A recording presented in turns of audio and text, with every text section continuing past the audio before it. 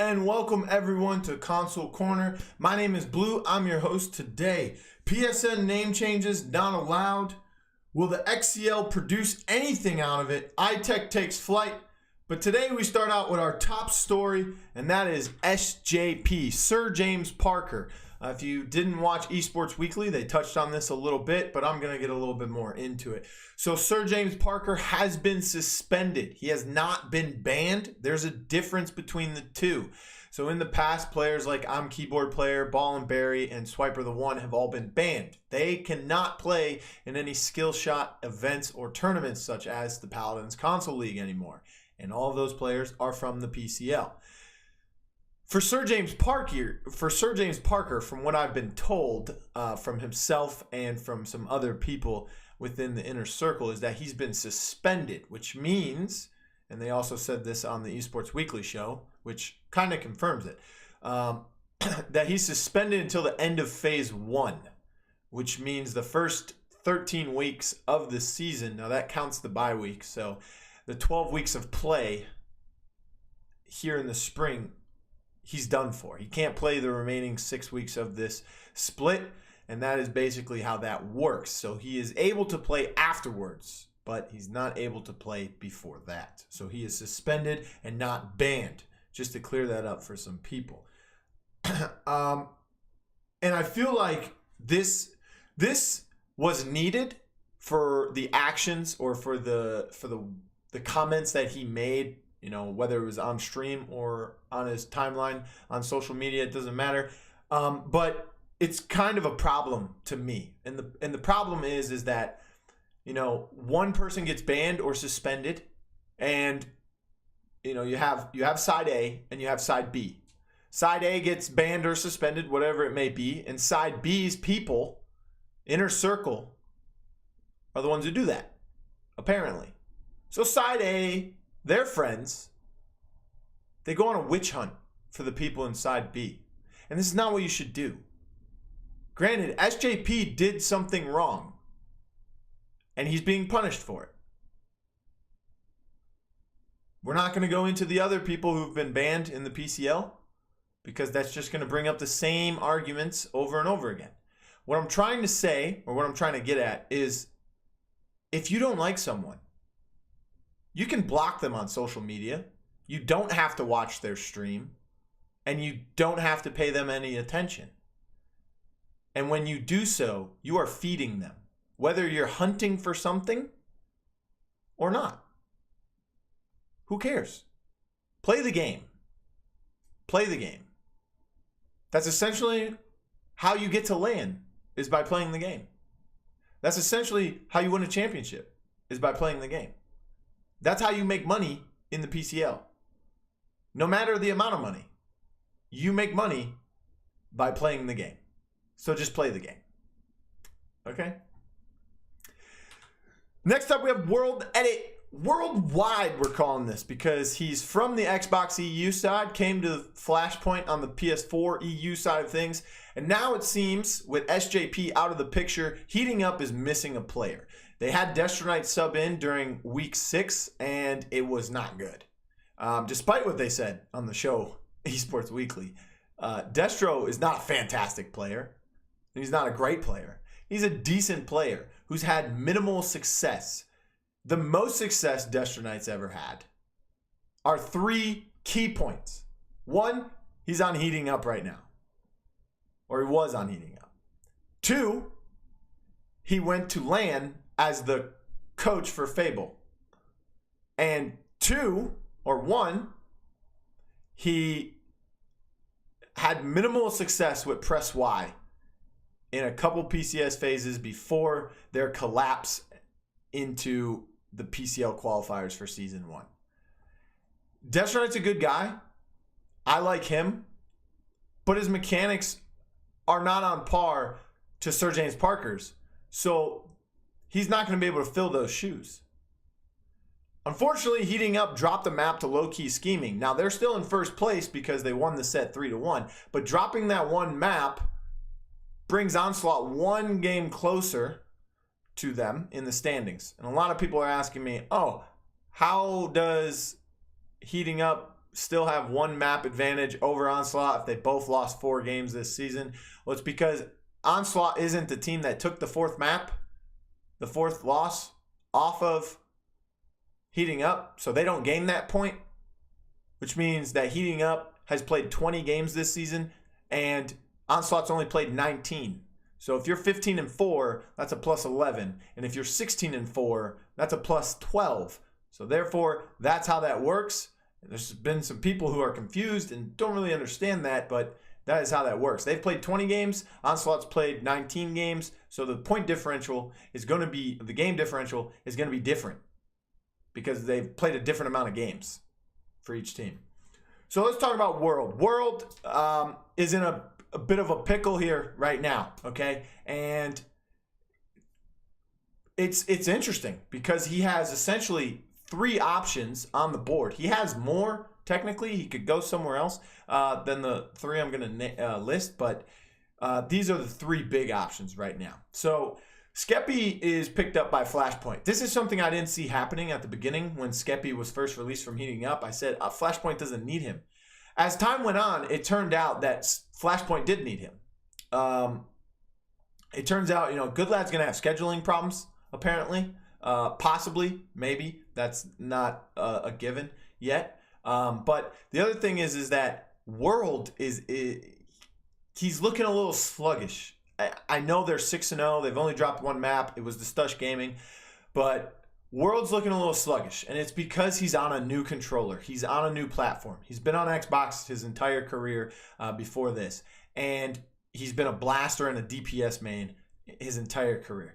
Now he's swapping to that off-tank role, and he's playing on PS4. It could be both of those factors. It could be none of those factors. I don't know. Or it could be just one or the other. The point of them is that he's looking a little sluggish. Against iTech in week 5? Week 5 against iTech, or week 4, I forget exactly when it was. They were Wrld, both teams playing so beautifully. iTech played the cleanest Paladins they've ever played then. They still had Comedy, so yes, it was week 4. They had Comedy on their team at the time. They got 3-0'd, but you would have never known it was a 3-0'd if you watched the games, man. The games were so close. The Serpent Beach came down to a 4-3. Legacy made a great play hooking a Pip out of midair in his ult. It was the play of the game in my eyes. That's how they were able to take that game, and they were able to win the set. But Wrld was just getting killed on cooldown, it seemed, against iTech. iTech was really punishing Wrld, especially on the Ruckus in 2 of those games. And I remember iTech not taking advantage of that. They would kill Wrld almost every time he came out of spawn. And when that happened, iTech didn't push. They didn't get aggressive off of that pick, and they should have. And they could have done a lot better than that set-wise. But Wrld was struggling. And although Flashpoint's not really worried about struggling against iTech or anyone else in their division, that's a sign. Because if you're struggling against iTech, you're definitely going to struggle on a new role, on a new controller, against teams like Elevate, Cyclone, Heating Up, Onslaught, whoever makes it to LAN. So Wrld being moved to sub is one of the things that was really big in this decision to bring in Skeppy. Skeppy comes in, Wrld gets moved to sub, and they're giving him a chance to regain his main roster. Actually, earlier today, he put up a twit longer, so Wrld had this to say: gonna make this twit longer so people know what's happening with me and what I'm going to be doing in Paladins for the rest of the season. So as most of you already know, Flashpoint has moved me to sub. I can't go into full detail as to why this happened, but basically they're in a position where there's 6 players and they need to decide on the main 5 and who will be the sub and coach. This was a hard decision to make for everyone involved because there's tons of talent in the Flashpoint roster and each player brings something different. But they came to the conclusion that it would be best for me to be the sub as of right now. They're still going to give me the opportunity to prove that I should be on the main roster, but I've received good offers from other teams. I'm currently deciding on what would be best for me. Closed quote. Here's the thing with that. This is like the 5th time I'm going to bring this up. Okay, but 3 months ago, I put a video out on my channel the Real Blue TV channel. This was before the Console Pro News YouTube channel became a thing.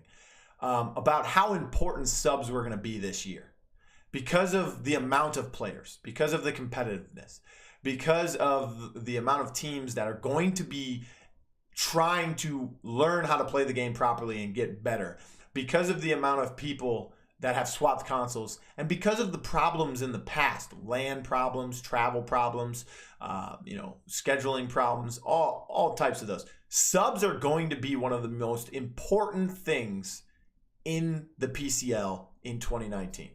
We've already seen it. Tons of teams have made substitution changes. Tons of teams have made complete roster swaps. And, there's been some cases where a sub was needed. Whether it was a DDoS accusation or someone's game crashed or someone had to go to work or someone is taking a test or someone's on vacation or whatever it may be. This is one of the most important things, is having a sub, and you always want your sub to be as good as your main roster because you're only as strong as your weakest link. So if Wrld is a sub, to me, what's the problem? You're on a great team. You're probably going to make LAN, and you have a good chance at winning it all. Something you've never done. But as a player, I can understand you want to play, you want to be main roster, you want to be a star. He is a star player, and I can understand that backseating as a sixth man is not something that is appealing to him.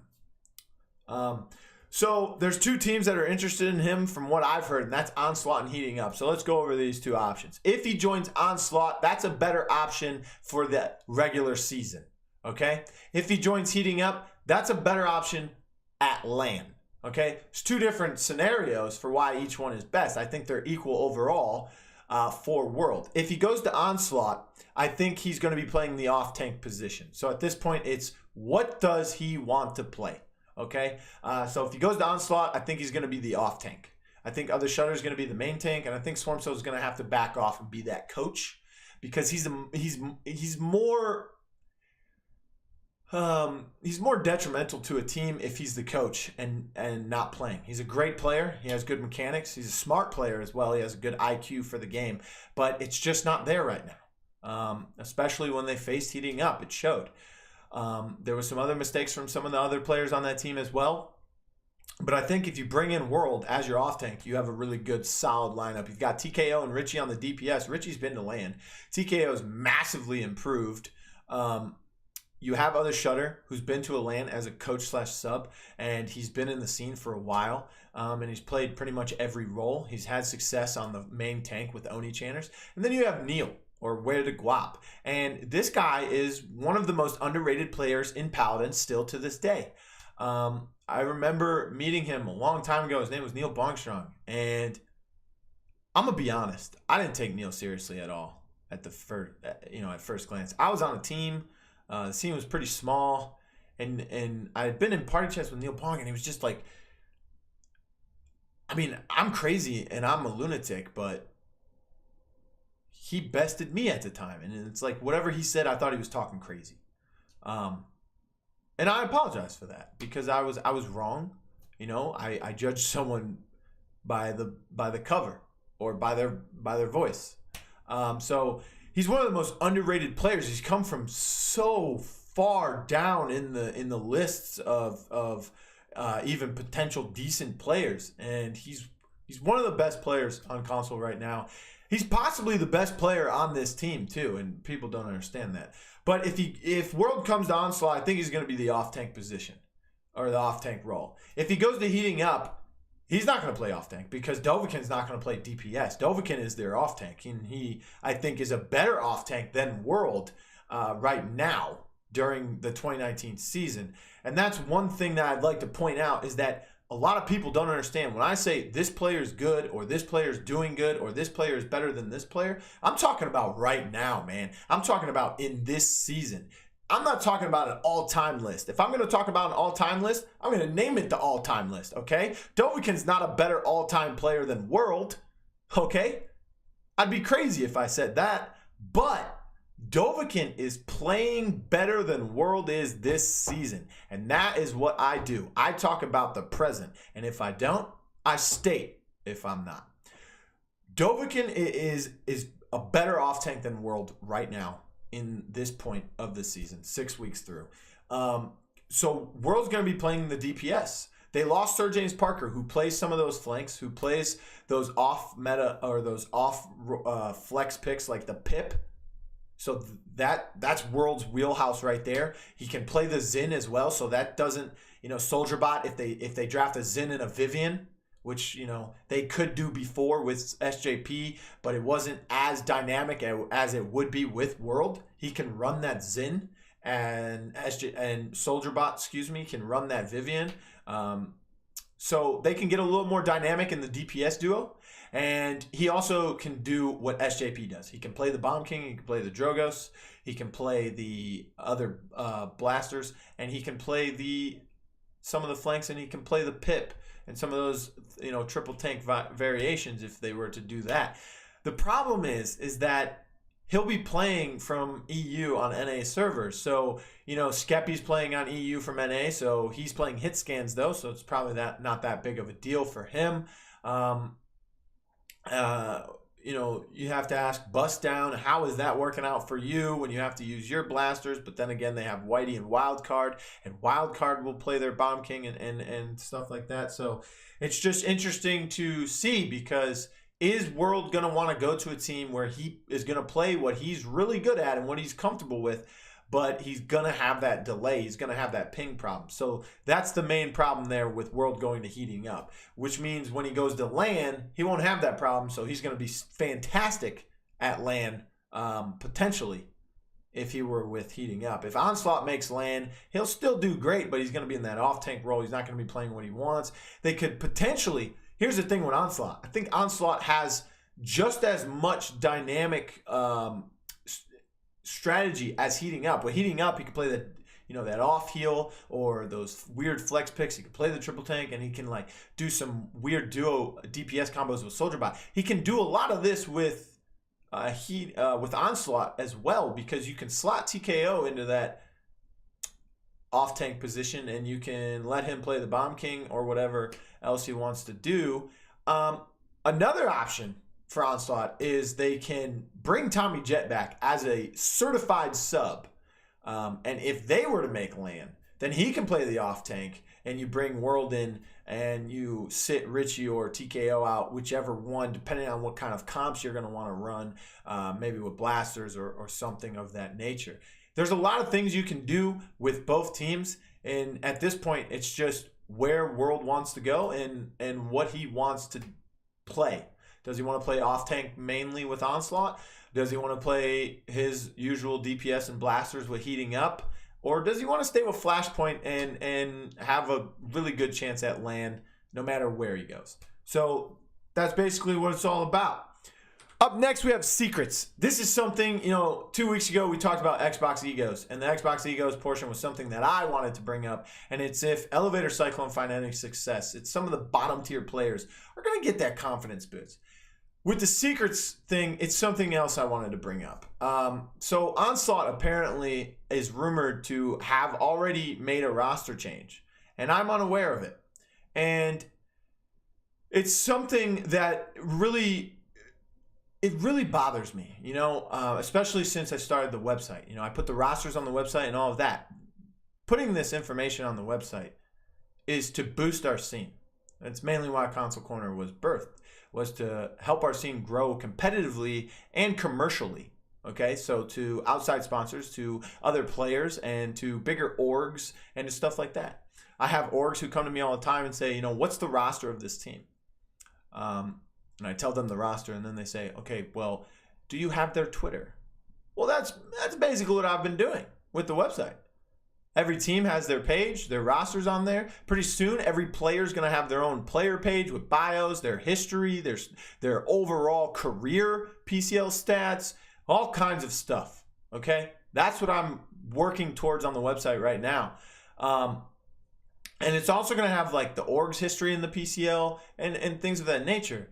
But when you're not transparent with me, hey, we made this roster change. hey, we made this roster change. I can't change it on the website. I can't let the world know. And when that doesn't happen, I get DMs. That's not our roster. That's not our roster. That's the wrong roster. Okay, well, you didn't tell me. Well, you're stupid. That's the wrong roster. Change it now. I'm not home. I don't have a chance to change it right now because I'm not home because you didn't tell me 3 days ago when you made this roster change, when I was home 3 days ago. Another thing with roster changes is, and roster changes and, you know, just every team trying to be so secret. You guys are like, you know, you make these jokes about rat packs and stuff. You guys are literally rats. Everyone. You scurry around in the dark, and when the light switch pops up, everyone runs in their little mouse hole in the wall. You have to be transparent, okay? You know, you can look at any sport in the world, any sport you want. You can even go into esports like League of Legends, or you can go, you know, lower in the tier of esports like Halo, and you can go even lower like Rocket League or whatever you want. They're transparent, okay? For those of you who weren't at DreamHack Atlanta this past November, okay, let me clue you in on something. Halo had more fans the entire weekend than Paladins. And Halo's newest game that they're competing on, everybody hates it. They want to go back to the old Halo days. But they still sit there and watch it because the league is more transparent. Roster changes happen, boom, people know. You know why? Because it increases the competitiveness. Okay, let's say you're a third place team, right? And a second place team makes a roster change, but no one knows because you keep it secret. That third place team has to face you the next week, right? They're going to go into this matchup preparing to play you for one, but they're also just going to go into scrims and just practice. They're just going to do their normal scrims and their normal practices. But that's not how competitive esports or competitive sports should work. And it doesn't work that way anywhere except for PCL and PML at that. If we make a roster change, it should be known because people should be able to prepare for that. Why? It makes it more competitive. Why? Because if you want to be the best player, okay, or you want to be a good player, you don't even want to have to be the best player. You want to be a good player and you don't want to lose. What's more challenging than going against a team that has prepared to face you, rather than just going against a team that has prepared to just play Paladins? I think another part of this is also why I put the champion win rates and the pick rates for each team on the website, and their stats and their map picks and their map bans, because it makes the game more competitive. Look at Stush Gaming. They've played 6 weeks. They've had 6 map picks at the least, right? 5 of those have been Serpent Beach. Splitstone Quarry.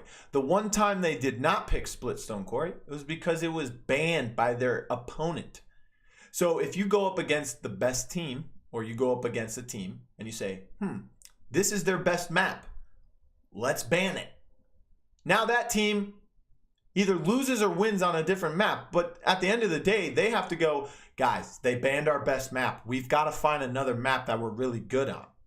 Okay? It ups the competitiveness, ups the competition. It makes players have to think. It makes players have to play better. Okay? It could dynamically change the way teams draft against each other specifically. You know, we only really see target bans when we go to LAN. What if we had target bans in the regular PCL? What if we spiced up the drafts? What if teams used more tools in their kit to prepare for their opponent?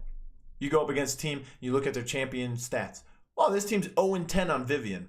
We don't have to ban Vivian, I don't think. So, you know, game 1, let's try not banning Vivian. If you lose, Vivian was the problem. And no, you can't just say, Vivian's the problem. Yeah, you can't give the other team Vivian.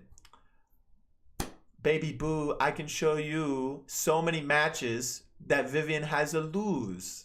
Okay? And by good teams too. It's not just the what'd you call them? Shitters. Okay? You want to up the competition? Be more transparent. Roster changes? Boom. Let the world know. Don't be scared. Hey, this guy's on our team now. Prepare for him. We're still going to beat you because we're the best. That's what this is. I don't understand why everyone's... What? You guys want all the games on Mixer? Why? You guys run around hiding during, the whole week. So why do you want the game shown? Why? Why do you want to make LAN? So you can be on the big broadcast? Why? You run around hiding the whole time. Scrims can be hidden. You want to make scrims more important, make everything else transparent. I say scrims don't matter. Why? Because we see tens, we see scrims, we see pubs, we see the mixer matches, and everyone else is quiet about everything else. You want to make scrims matter? You want to up the competitiveness? You want to make orgs big and better orgs want to get into Paladins, whether it's PCL or PML or PPL? Up the competitiveness. Be more transparent. Boast. You guys love to ego people, okay? You guys love to ego and talk shit, but you're not doing it properly. We made a roster change. Here's our new roster change. Come beat us. And then the other team knows how to prepare. And then if they lose, that's when the egos are going to really hit. Right now, it's just you guys are like third graders egoing each other over the playground for some yogurt, dude. Next up, we have iTech Flies. iTech has signed to Aerial Arise. And I'm going to say it's a T3 org. It looks pretty good. I've had a chance to talk with some of the people from there, and it seems like a cool org. I don't really know much history about it. What I do know is some history about iTech, however. iTech, they played better under the name iTech. I don't know. Last season, they were supposed to be the number 2 team. They went up against Cyclone. Cyclone was able to dethrone them for that number 2 spot. iTech historically has been the number 2 90% of the time behind Flashpoint in their division. But now they signed a Brutal Fissure, and they totally tanked, dude. Totally tanked. They had a terrible season under the Brutal Fissure banner. They leave the org. They come back stronger than ever, and they're called iTech again. And they're doing really well. So I don't know. We're going to have to wait and see if signing to an org is like their curse. Maybe. I don't know. But congratulations to iTech. They signed with Aerial Arise. Everything on the website's been updated as well. Your logo, everything like that. So shout out to Aerial Arise. Welcome to the Paladins Console League scene and family. And if you ever need anything, just let me know. Next, we have Retaliation. Again, they're in the news. Again. And also, again, they swap some rosters. They bring in Virtual Guap, and they also bring in someone else. I don't know, man. They've had like 12 people on their roster. Last year, in 6 weeks, last season, warm-up had 10 players in 6 weeks. It's been 6 weeks of play this season, and that has been crushed by Retaliation. It feels like they're just basically playing ranked. Now, one of the guys hit me up and said, this is going to be our final roster. And I literally told him, look, man, I've heard that 6 weeks in a row, dude. So I'm sorry if I don't believe you when you say it, but I'll believe it when I see it. But this is, it just feels like they're playing ranked. You know, you queue up for a ranked game. You get a queue. Queue pops. You accept a queue. You go into the game and you're like, oh, cool. These 4 people are on my team. I wonder who's on the other team. That's basically what's happening with Retaliation. It's like, there's a group chat about 30 people, and whoever wakes up on time and enters the password to the custom lobby first gets in the game. Hey, cool. Yeah, I guess we're running with you guys today. Yeah, let's go play Elevate. Yeah. That's basically what it feels like to me. So here's something I want to look at real quick. These are teams that have had over 7 players on their roster this season at one point. And these are teams that have under 7 players on their roster. Or 7 and under, excuse me. So, here we go. Low-key scheming. You know, they're getting a little bit better. They had a different lineup week 1. B-Lamb came in week 2. The other 4 guys from week 2 are still on that team, and they've also brought in Dragon Kill It, and now they have Ralkion. So, low-key scheming, third place team. Big Money Esports, over 7 players. They're in last place. Bust Down, probably the only team in this group. It is the only team in this group that is, or besides Cats on Mars. Cats on Mars and Bust Down, both over 7 players. I think Cats on Mars had 8, and that was because Regan had to sub for them. But Regan was also on Bust Down. Bust Down also has Whitey. They had Wildcard. They had Pear Doggo. They had Dreams. The list goes on. They've had about 9 or 10 players themselves. So, Bust Down and Cats on Mars, little exception there. But, look at the teams that are underneath of them. They're in second place, both Bust Down and Cats on Mars in their divisions respectively. But look at the teams that are underneath of them. You have eStorm Gaming, Retaliation, and Radiant Esports. Those teams, over 7 players as well. They're not really going to do that well if you keep changing your roster. Why? Because you get no chemistry. How are you supposed to build chemistry with a team or synergy or even be on the same page draft-wise or play-wise if you keep changing your roster every week, even if it's 1 or 2 players? Look at the teams that have only used 7 or under. You got Heating Up, first place. Flashpoint, first place. You have Cyclone and Elevate, first place and first place. Team Viral's an exception. They're in last place. And then you have Stush Gaming, who's also in last place. iTech and Eremana, who are in second and third. But look at that. The entire PS4 European division is in the under 7 list. And that's the most competitive division of all 4 right now.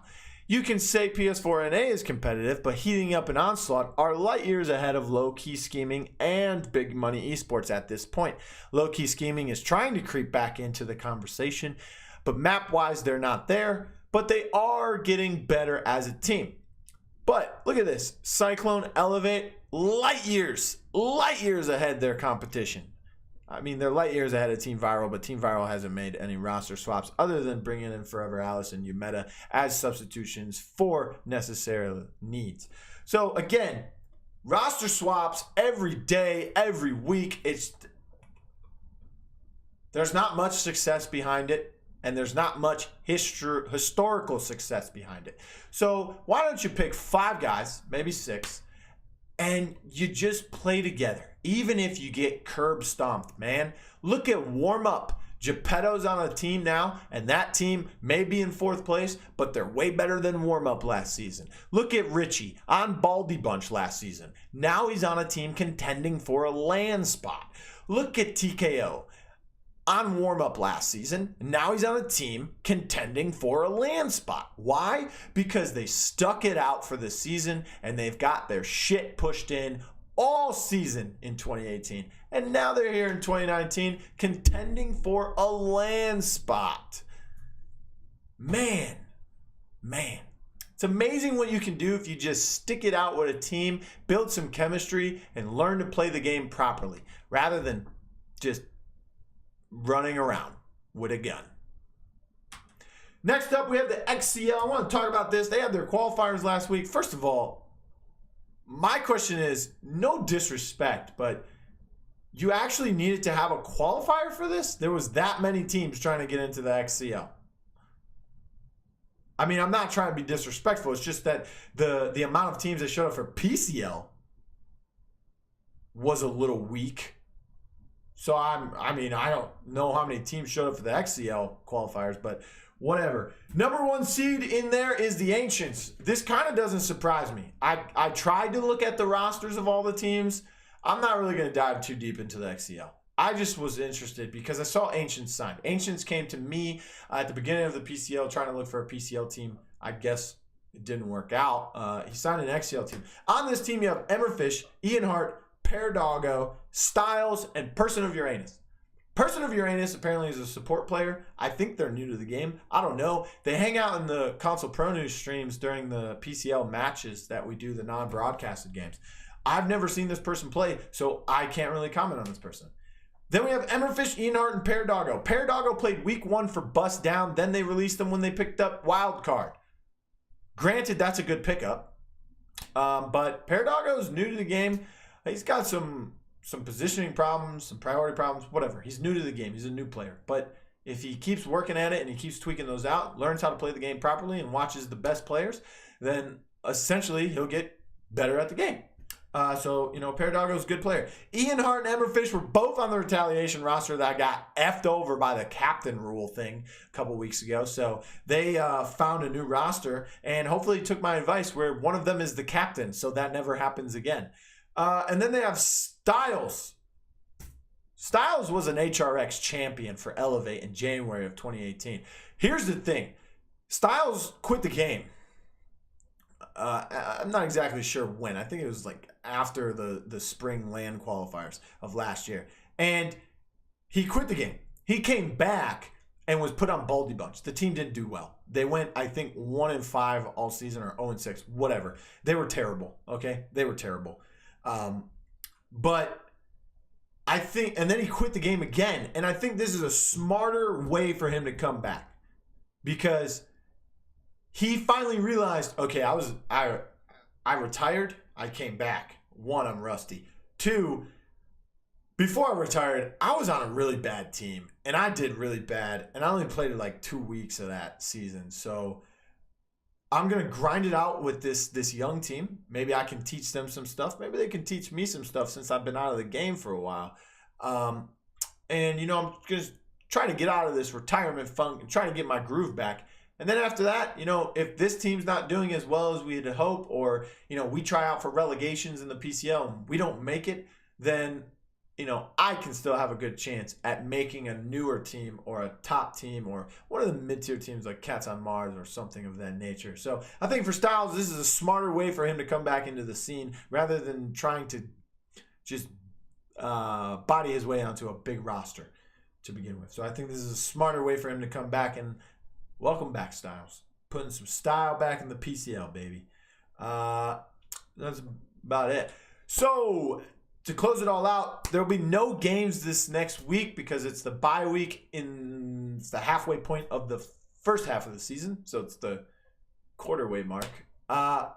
6 weeks left in the spring split, 6 weeks left in this season. So 6 weeks left. But when we do come back, Week 7, Onslaught versus Heating Up will be match of the week because they play each other once again. And we're looking forward to seeing what the rosters will look like because, no one's transparent. There's no real competitiveness, so we won't know until the day they're being shown.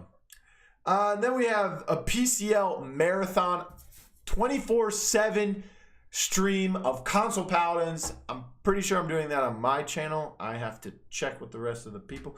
But we're going to be, I believe it's next week Wednesday. Yeah, it's next week Wednesday. So there'll be no Console Corner show next week Wednesday, but there will be a 24/7. We're going to be watching PCL 2018 games. We're going to be watching every single console LAN there's been. Every single match of the console LANs. DreamHack Valencia.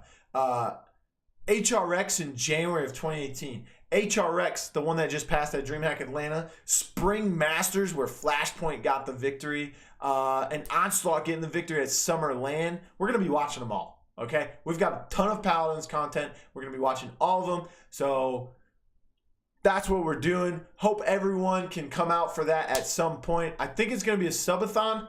I think someone mentioned trying to do a charity stream, but I think we're going to go with a subathon. I owe people that for the amount of subs I've gotten in the past month or two. So we're going to do a subathon. 24/7 PCL marathon, man. Console Paladins. If any PC people come in there trying to ego, the gang better be there to stomp on them. Okay? So, yeah. If you don't know, I almost got in a fist fight at LAN over someone from Smite, first of all, talking crap about Console Paladins. So it's just, win or lose, I was ready to scrap, dude, for the name of you guys. So let's be a little bit more transparent. Let's get aggressive. Let's become more competitive. And let's ego the proper way. If we're going to throw out egos, let's do it the proper way. That's it for me. My name is Blue. Keep grinding, everyone. Check you later.